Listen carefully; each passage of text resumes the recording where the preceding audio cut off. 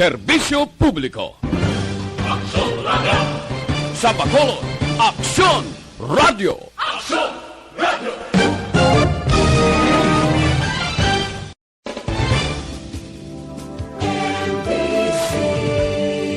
Manila Broadcasting Company. Sa balita, komentaryo, isyu, serbisyo publiko. Aksyon Radio! Sa Bacolod, Aksyon Radio! Aksyon Radio!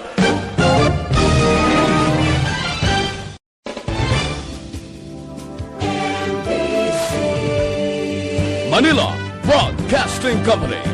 Sa balita, komentaryo, isyu, serbisyo publiko. Aksyon Radio! Sa Bacolod, Aksyon Radio! Aksyon Radio!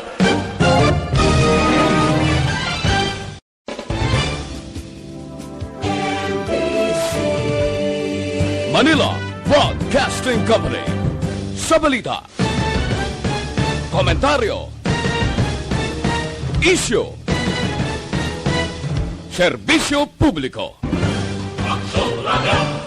Sa Bacolod, Aksyon Radio! Aksyon Radio!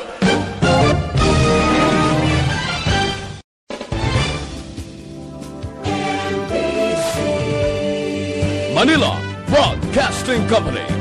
Sa balita, komentaryo, isyu,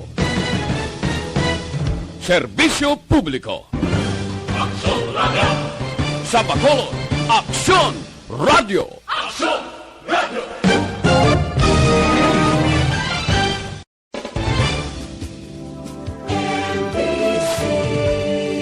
Manila Broadcasting Company.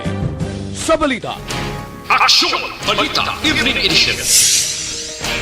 Magadulong sa inyo sang mga nagapanguna nga balita lokal, national, international, sports, kag entertainment. Aksyon! Balita Evening Edition. Kag karon ang inyo news team. Una sa balita, una sa aksyon. Mayong gabi Metro Bacolod, mayong gabi kabugusan nga Western Visayas. Welcome sa papangalagad sa Aksyon Balita Evening Edition karon nga adlaw Sabado, Abril 10, 2021. Makitan kita live sa among official Facebook page kag sa YouTube channel ang Aksyon Radio Bacolod kag mabatian pagi sa www.aksyonradiobacolod.com.ph. Ang inyong tagbalita, Aksyon and Defensor. Kag karon sa aton mga headliners, una sa mga balita lokal, Christian Tulot ginako ang krimen nga pagpatay sa 4 ka miyembro sang pamilya sa Barangay Tangub. Hanay sa mga negosyante konporme sa graduso nga GCQ sa Negros Occidental. Sa mga nagapanguna nga balita national, Roque gin-admit sa PGH bangod sa COVID-19. Presidente Duterte mag-resume sang regular nga Talk to the People sa Abril 12. Sa balita, una sa aksyon. Aksyon Radio Philippine Standard Time, alas 6 utso. Detalye sa ngaton mga nagapanguna nga balita lokal pagkatapos lamang sa mga ini. Do not just throw away questions and statements. Kasma ng aton sining Facebook page pagiya sa Aksyon Radio Ladies and gentlemen, this is Aksyon Radio Bacolod. Aksyon Radio Bacolod, number 1. Mayong gabi sa aton mga ka-aksyon nga naga-monitor via Facebook Live. Sa kay Ma'am Suzette Alunan, good evening. Sa kay Ma'am Homa Lumena, good evening man. Sa kay Janeline Patiga Diaz, hello po, kamusta? Sige, okay lang ko diri ma'am. Sa kay Mark Salem Manansala NJ, mayong gabi sa tanan. Sige, mayong gabi man dira si mo sir. Sa kay Janeline okay, good evening gali. May sugpon si Ma'am Janeline Patiga Diaz. Ma'am Elizabeth Malaka Gamala, good evening and keep safe. God bless and more power. Si Jovens check nyo pagbasa ko, Jovens Soberano. Good evening man. Ma'am Jean, oy si sir, mayong hapon lang dira sa mayong gabi dira sa imo. Kay Sir Alex Puentes, good evening. Kag happy weekend. Be safe. Sa kay Emma, Ma'am Emma. Ma'am Emma Alcuala Kelstrom, watching live from Sweden. Thank you so much, good Ma'am Emma, para nga pag-monitor sa imo. Sa kay Jetmar Robin, Robin de Tablan. Hello po, good evening, watching from Agisan, Himamaylan City. Sige, salamat gid. Manang nga pag-monitor sa syudad sang Himamaylan. Kay Miss Atia Kim Eriman, dira sa Banwasang Morsha, good evening man. Kay Helen Rios, mayong gabi.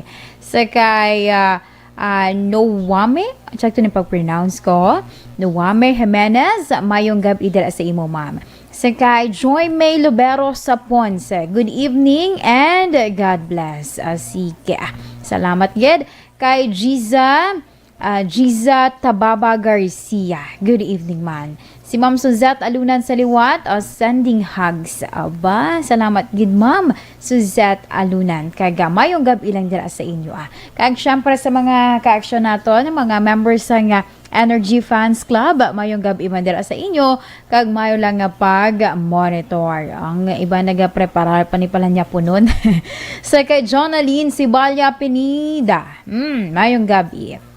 Kay Helen Marfil, mayong gabi man, di inakuto, nagalumpat ang akon ginabasa.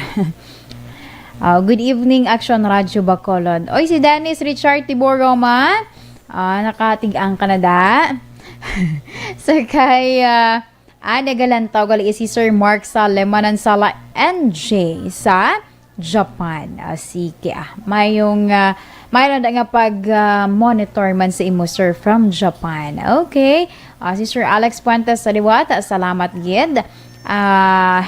Hilda Pilayo, mayong gabi man. Si Ma'am Hilda Pilayo, good evening. Si Mariven Tamayo Villanueva, good evening man dira sa imo.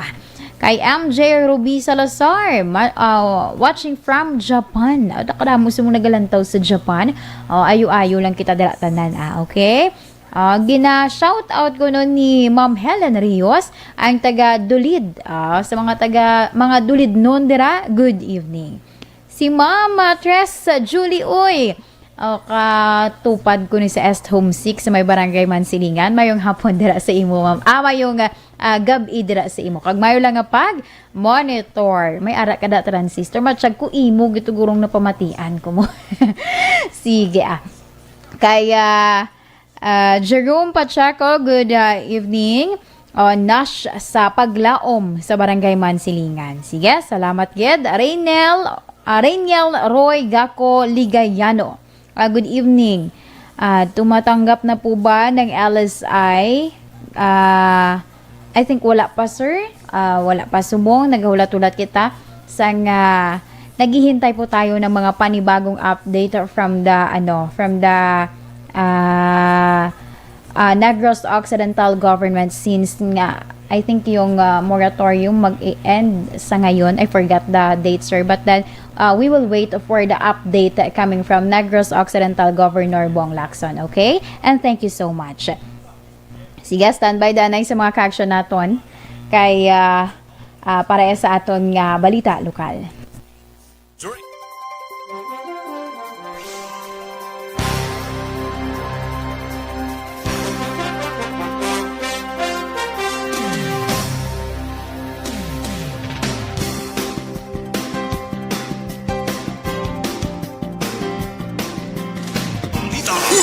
Sa aksyon!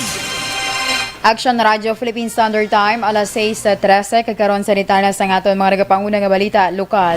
Ginaako ni Christian Tulot nga siya ang nagpatay sa 4 ka miyembro sa pamilya sa Gardenville Subdivision, syudad sa Bacolod, nagligad nga Abril 4. Si Tulot ay naghimo sang extrajudicial confession kag iya inigin palayag sa atubang sang iya abogado, kapulisan kag katapos sang media subong nga hapon. Suno kay Tulot ang konsensya amo ang nagduso sa iya para akuon ang krimen. Ginpakita sang kapulisan ang martilyo kag espading nga ginusar sa krimen kag ini ang ginako man sang sospetsado. Ginako man nga iya nga ginako man sang suspect nga iya man gindala sa iya gintiniran sa barangay Bunga sa Don Salvador Benedicto ang mga cellphone kag iban pa nga mga gamit nga iya ginkuha. Nagpangayo sang pasensya si tulot sa pamilya sa mga biktima kag sa Ginoo bangod sa krimen nga iya ginhimo. Nagpangayo man sang pasaylo si tulot sa kapulisan, sa publiko kag sa media bangod sa iya pagbinutig. Kinalantaw sang kapulisan nga ang paghatag sang extrajudicial confession ni tulot ang bangod sa pagtahaw na ang epekon sa epekto sang illegal nga droga sa iya lawas. Wala magsisanin ako. Nanoy ako sa bat. Ako naging batay sa bungsa.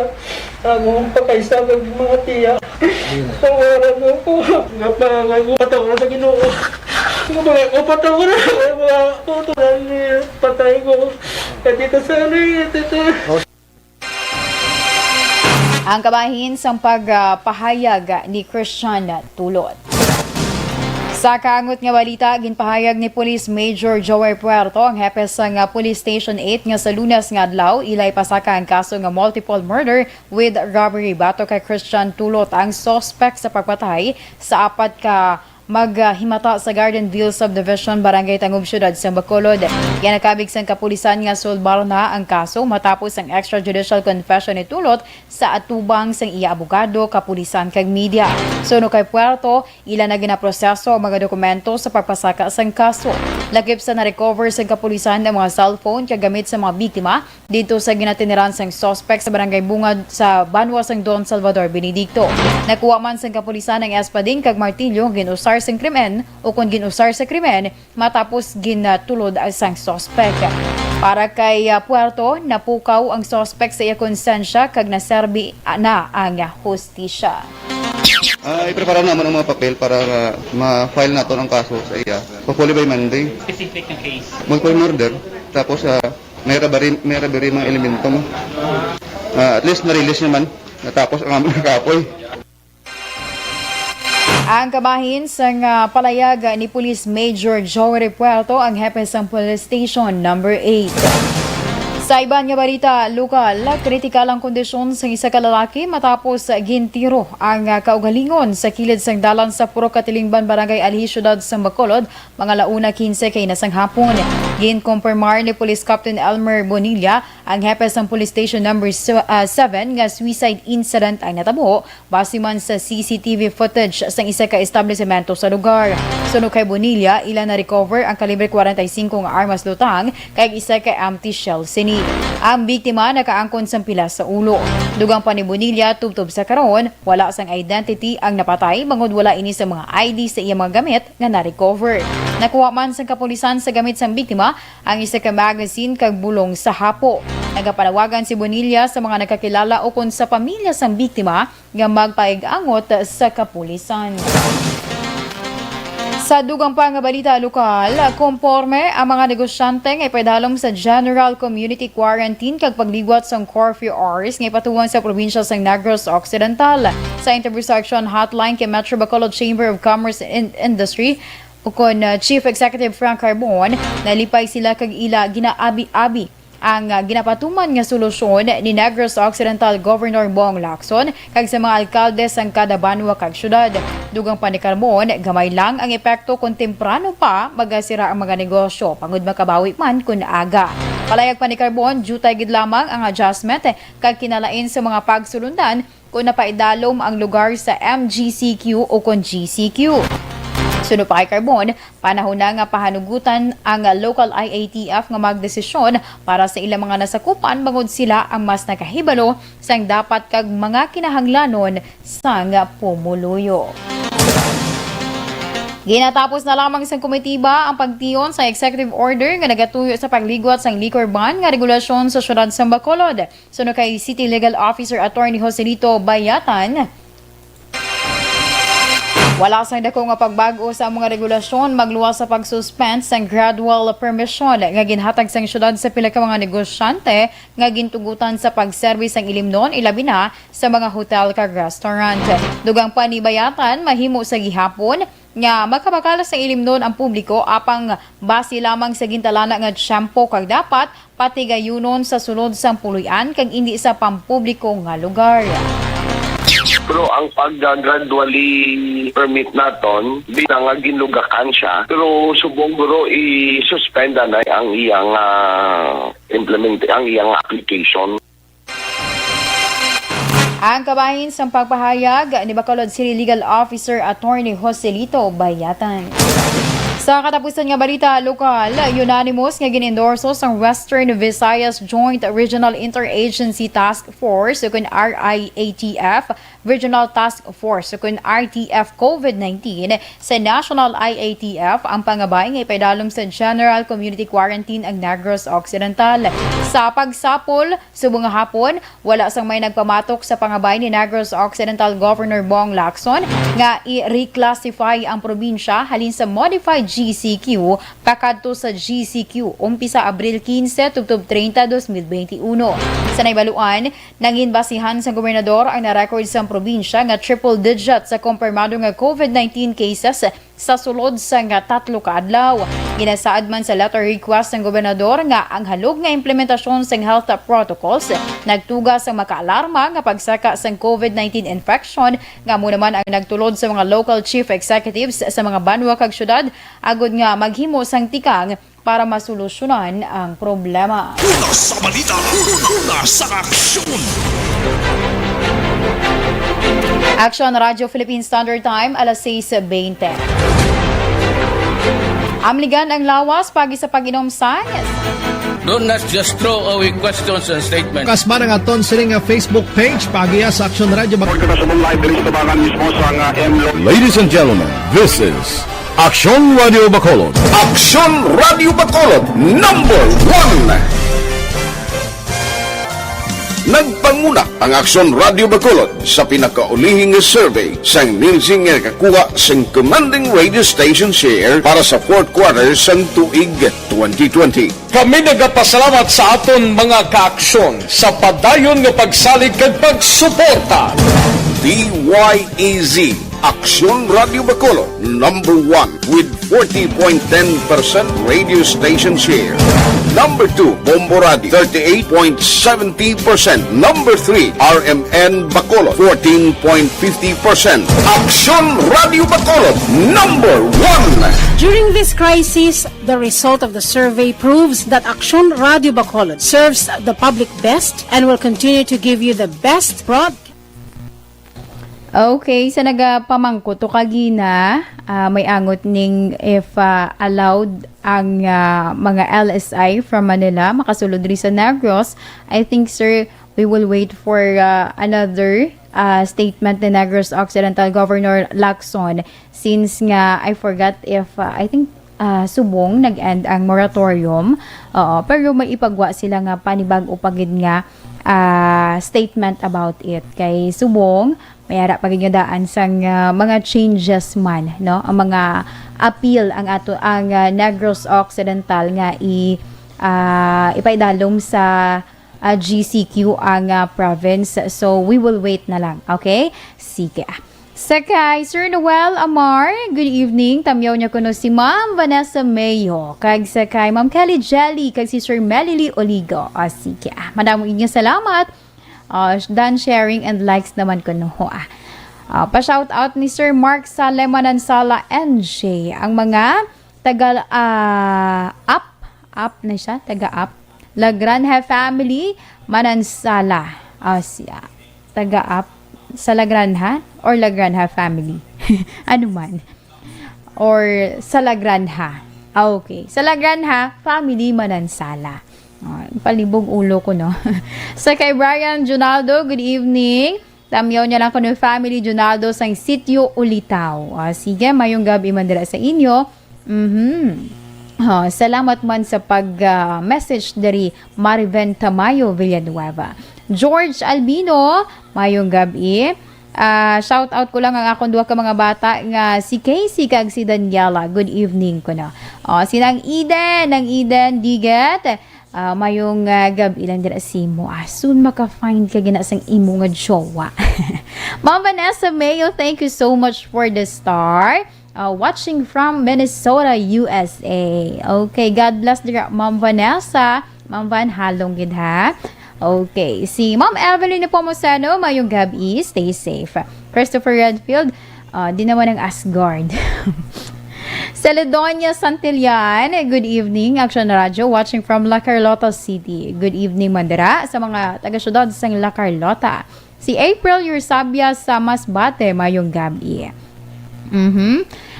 Ma'am, congrats gali sa PNP Station 8 dira sa Barangay Tangob. Congratulations kay Sir or Police Major Joey Puerto of Police Station number 8.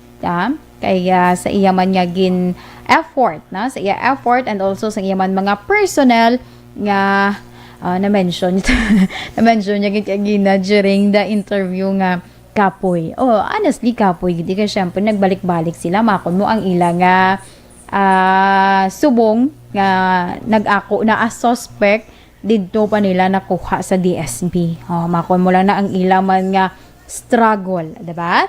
Kay Singguay Palma Jeline watching from Manila. Sige, salamat po. Shoutout nila sa nanay kag tatay ko nga mga Singguay family. Kag mga bata ko. Ano muna sila ni nang Bea Singguay man sa may sa Valladolid. Rosalina Arellano Espadero, good evening.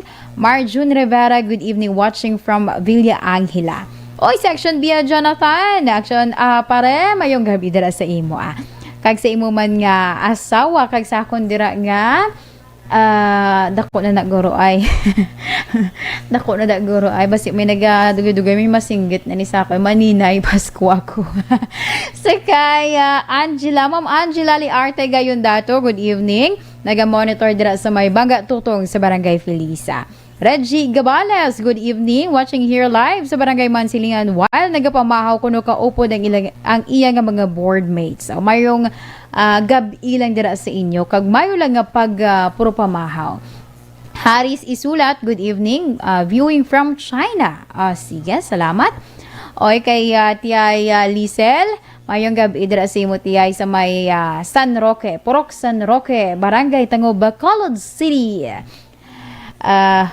Kay May Villavicencio Sarmiento, Family Villavicencio sa Hinigaran. Sige, salamat gid. Cabrillos Lona May Gloria, good evening man. Cabrillos ka Gloria Amido. Salamat. Thank you so much kuno Sir Noel for the greetings. Hambal ni Ma'am Vanessa. Okay. Tamyaw ko lang family Nilay, belated happy birthday sa mama ko Elsie Nilay. Sige. Thank you so much good sa inyo nga pag-monitor. Don't just throw away questions and statements. Kasma ng aton siling nga Facebook page pagiya sa Aksyon Radio Bacolod. Ladies and gentlemen, this is Aksyon Radio Bacolod. Aksyon Radio Bacolod number 1. Nagpanguna ang Aksyon Radio Bacolod sa pinakaulihing survey sa Sa aksyon!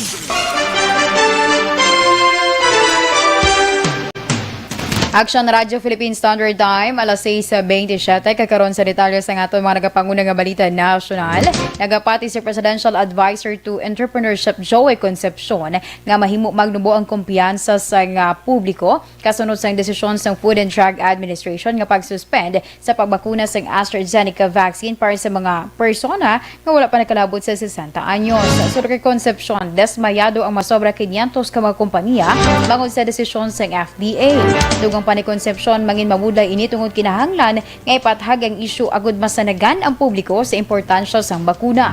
Una diri gin-suspend sang FDA ang pagbakuna sang AstraZeneca sa mga tawo nga wala pa nakalabot sa 60 anyos bangod sa report nga makadulot ini sang blood clot.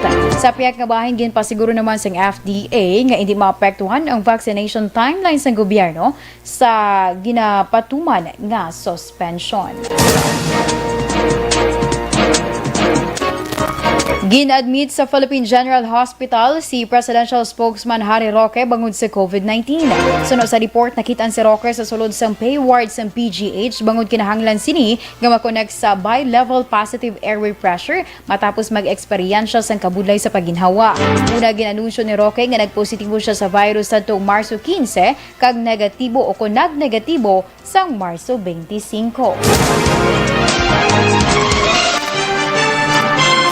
Sa karapusan nga balita nasyonal, ginpahayag ni Presidential Spokesman Harry Roque nga magabalik ang regular nga Talk to the People public address ni Presidente Rodrigo Duterte sa Abril 12. Ganhimo ni Roque ang palayag pag isa ka text message kasunod sang pamangkot kundiin ang presidente sa sulod sa pila ka adlaw.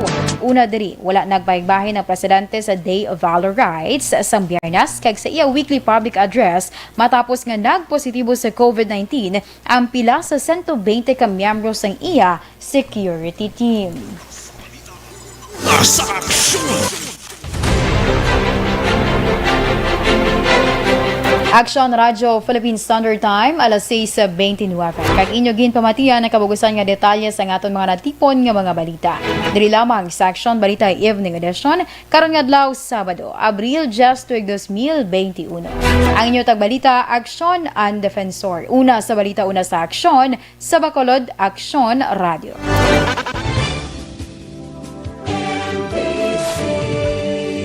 Manila Broadcasting Company. Sa balita, komentaryo, isyu, serbisyo publiko. Aksyon